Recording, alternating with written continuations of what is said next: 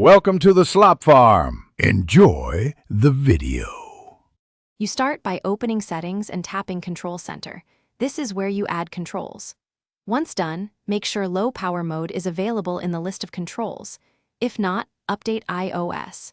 You should be in the Customize Controls section so you can add, remove, and reorder tiles. You're preparing the Control Center canvas. This step matters because adding the control here enables quick access later without digging through settings every time. Now scroll down to more controls and find Low Power Mode. Tap the green plus to add it. Once added, you'll see it under Included Controls. Drag it higher if you want one-swipe access. You're doing this because Control Center Order determines how quickly you can toggle features when needed.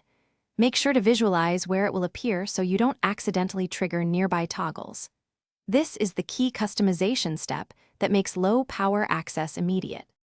To finish, swipe into Control Center and tap the Low Power Mode icon to toggle it on or off.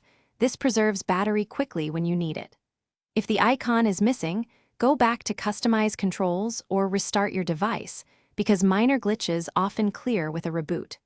Once done, make sure Low Power Mode actually engages by checking battery percentage or settings. If problems persist, confirm your iOS version supports.